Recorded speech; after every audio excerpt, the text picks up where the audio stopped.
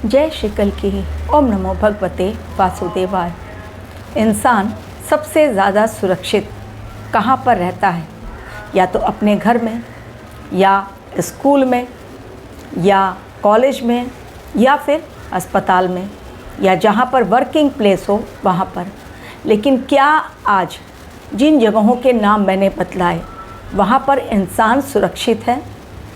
घर में बैठा हुआ है, लेकिन अचानक कोई आता है, गोली मार के चला जाता है।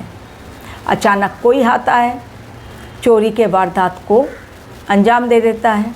अचानक कोई आता है, दरवाज़ा खटखटाता है, खुलना ही पड़ता है, हमला करके चला जा रहा है। अस्पताल में गया इंसान ट्रीटमेंट के लिए, लेकिन अचानक पहुंच जाते हैं बंदूकधारी और चला देते हैं गोलियां। यानी अस्पताल भी सुरक्षित नहीं।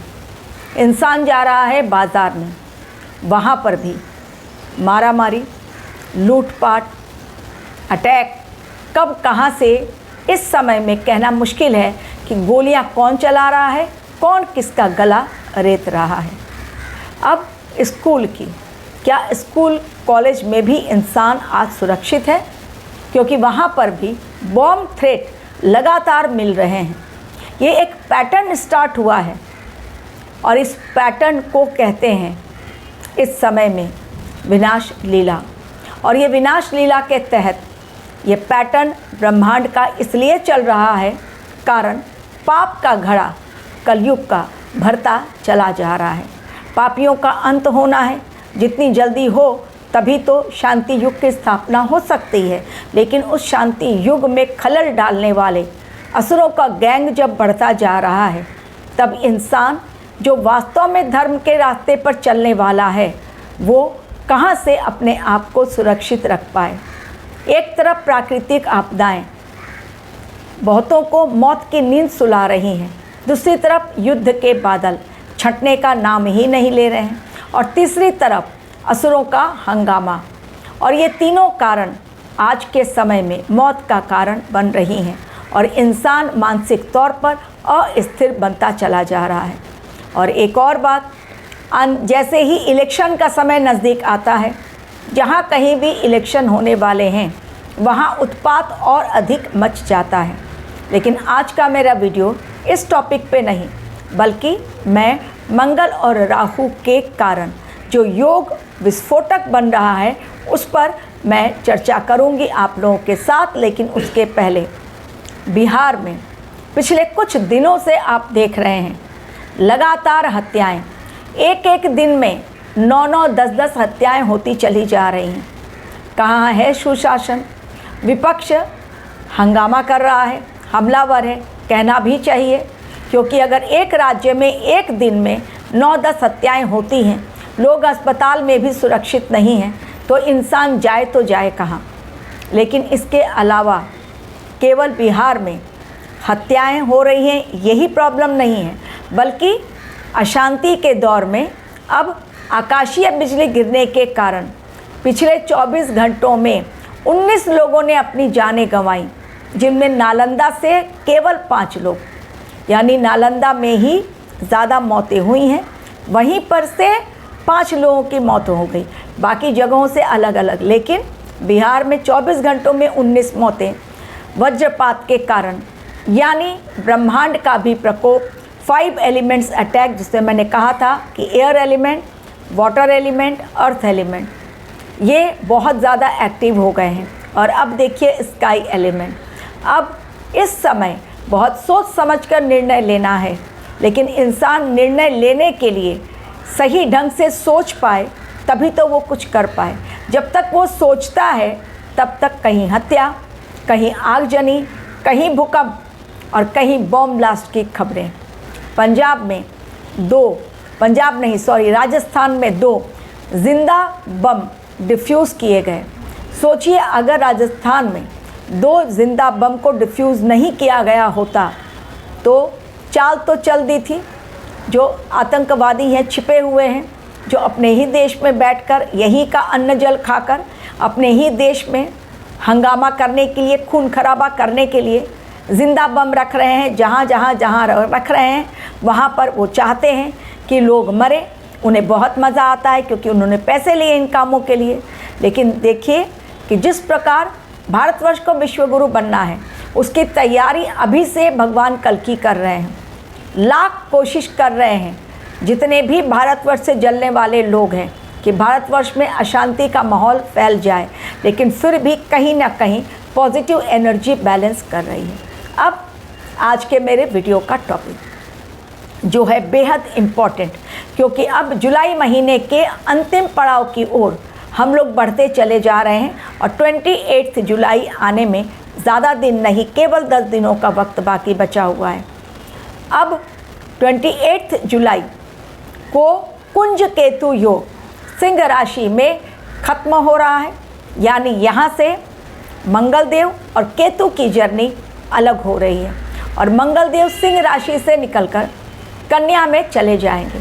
और जैसे ही कन्या में जाएंगे, एक और ख़तरनाक योग जो कुंज केतु योग से भी ज़्यादा खतरनाक माना जाता है, वो बनेगा मंगल और राहु के कारण, और जिसका नाम है षडाष्टक योग। और ये तब बनता है जब छठे या आठवें घर से दो ग्रह एक दूसरे को देखते उनकी नज़र पड़ती है।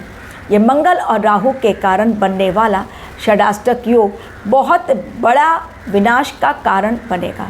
जैसे जैसे ये साल आगे बढ़ता जाएगा, आप लोगों को मैंने स्टार्टिंग ऑफ द मंथ और स्टार्टिंग ऑफ द ईयर जो प्रेडिक्शन दी थी उसमें कहा था कि जैसे जैसे ये साल अपने अंतिम पड़ाव की ओर बढ़ता चला जाएगा, चीज़ें और अधिक भयानक होंगी, विस्फोटक होंगी और लोगों को न सिर्फ डराएंगी बल्कि हानिकारक भी होंगी। अब मंगल और राहु दोनों ही क्रूर ग्रह माने जाते हैं। मंगल साहस, पराक्रम, शौर्य, सेना, वीरता, खून खराबा, लाल रंग का भी कारक है, युद्ध, एक्शन, क्विक एक्शन लेने में मंगल देव विश्वास करते हैं। लेकिन राहु देव अचानक फिर से एक बार भ्रम जाल में उलझा देते हैं इंसान को। इंसान भ्रमित हो जाता है क्योंकि अचानक से राहु देव देते हैं, या तो ऊपर ले जाते हैं या तो नीचे पटक देते हैं। अब राहु और मंगल की युति किस राशि में बन रही है वो समझिए। राशि है कन्या और कन्या राशि है बुध की राशि, और मर्क्यूरी में और मार्स में यानी मंगल और बुध में बिल्कुल नहीं पटती है, दुश्मनी है, दोनों ही एक दूसरे के शत्रु हैं। तो शत्रु की राशि में जाना मंगल देव का ऐसे ही हानिकारक, वो जब कंफर्टेबल नहीं है डेफिनेटली वो विनाश मचाएंगे ही। इसके साथ ही मंगल और राहु का षडाष्टक योग खतरनाक विनाशकारी योग अब ये किन घटनाओं की चेतावनी दे रहा है और ये कब तक रहेगा? ये रहेगा 28 जुलाई से लेकर 12 सितंबर तक, 45 डेज़ यानी 1.5 महीने के लिए ये विनाशकारी योग, जिसमें कि हमारा अगस्त महीना जो है बहुत अधिक सेंसिटिव और उससे भी ज़्यादा खतरा सितंबर में। कारण एक तो अगस्त में बहुत ज़्यादा त्यौहार पड़ रहे हैं, हमारा इंडिपेंडेंस डे भी आ रहा है, और सितंबर में मंगल की महादशा स्टार्ट हो रही है भारतवर्ष की कुंडली में, और नरेंद्र मोदी के साथ ऑलरेडी ये चल ही रहा है। तो जब राजा की कुंडली में भी मंगल की दशा हो और जब भारतवर्ष की कुंडली में भी मंगल की महादशा हो, तो सोचिए कि किस प्रकार के विनाशकारी समय देखने के लिए इंसान को तैयार हो जाना चाहिए। ये पूरे विश्व के लिए जो योग बन रहा है, ये केवल हमारे देश के लिए नहीं, मंगल राहु का षडाष्टक योग ये पूरे विश्व के लिए हानिकारक संकेत दे रहा है। किस प्रकार की हानि? दुर्घटनाएं, बड़ी बड़ी दुर्घटनाएं। अभी कल की ही बात है, आइसलैंड में फिर से एक बार बहुत बड़ा वॉल्केनिक इरप्शन हुआ है, ज्वालामुखी का फटना बहुत बड़े लेवल पर, और धुएं और राख का गुबार, आग जलती हुई जो निकली है, लावा जो निकला है, काफ़ी दूर तक उसे देखा गया है और लोगों को वहाँ पर जाने से रोक दिया गया। बहुत लोग जाते हैं वहाँ एंजॉय करने के लिए, रोक दिया गया है और काफ़ी लोगों को वहाँ से शिफ्ट कर दिया गया है। तो अब ये आने वाला समय 45 दिनों का, एक तो ये दुर्घटनाओं का संकेत दे रहा है, दुर्घटनाएं जिनमें कि जनहानि के संकेत है, जान माल का नुकसान है, प्राकृतिक आपदाएं बहुत ज़्यादा, आकाशीय बिजली बहुत ज़्यादा गिरेंगी जिनके कारण मौतें, यानी किसी भी तरह से इंसान को चैन नहीं है, अशांति भरा माहौल, राजनीतिक उथल पुथल, पूरे विश्व में कोहराम, चाहे वो इकोनॉमिक कंडीशन को लेकर हो या फिर नेचुरल डिज़ास्टर को लेकर हो या फिर युद्ध को लेकर हो, लेकिन इंसान को चैन कहीं भी नहीं मिलेगा। यानी आने वाला समय एक तो विनाशकारी और दूसरा इंसान को अशांतिपूर्ण वातावरण को फेस करना पड़ेगा। तो इसका उपाय क्या है? उपाय है इस समय संयम से, धैर्य से, सहन शक्ति से काम लिया जाए और आध्यात्मिकता की राह पर चला जाए। यानी भगवान का नाम जितना लेंगे उतना ही शायद पॉजिटिविटी इंसान के जीवन में आएगी, क्योंकि इस समय ये पॉजिटिविटी के दर्शन कहीं भी दूर दूर तक नहीं हो रहे हैं। आप देखिए धार्मिक स्थल पर लोग जा रहे हैं, केदारनाथ बद्रीनाथ की यात्रा, अमरनाथ की यात्रा जो रोक दी गई, जब आया जल सैलाब, तब देखिए उसमें किस प्रकार से मलबे में, जिसमें मिट्टी है, जिसमें कि पत्थर हैं, पहाड़ दरके हैं, उसमें इतना ज़्यादा पानी का बहाव कि इंसान बह जा रहा है। रेस्क्यू टीम को सैल्यूट करना चाहिए, जो दौड़ दौड़ कर जाकर अपनी जान की बाजी लगाकर इंसान को बचा रहे हैं। लेकिन इंसान है कि फिर भी अमरनाथ के दर्शन उसे करने हैं ताकि उसे पुण्य की प्राप्ति हो जाए, और कहीं पर भी धार्मिक स्थल में जाके भले ही वो अपनी मौत को दावत दे, लेकिन पहुंचना उसे ज़रूर है। संकेत बहुत बड़े बड़े मिल रहे हैं, लेकिन इंसान है कि अब भी आंखें नहीं खोल रहा है। तो ये समय बड़ी चेतावनी का है। देखते जाइए 28 जुलाई के बाद क्या इंसान को थोड़ी सी राहत मिलती है या नई आफत सिर चढ़कर इंसान के नाचती है। Thank you very much for watching my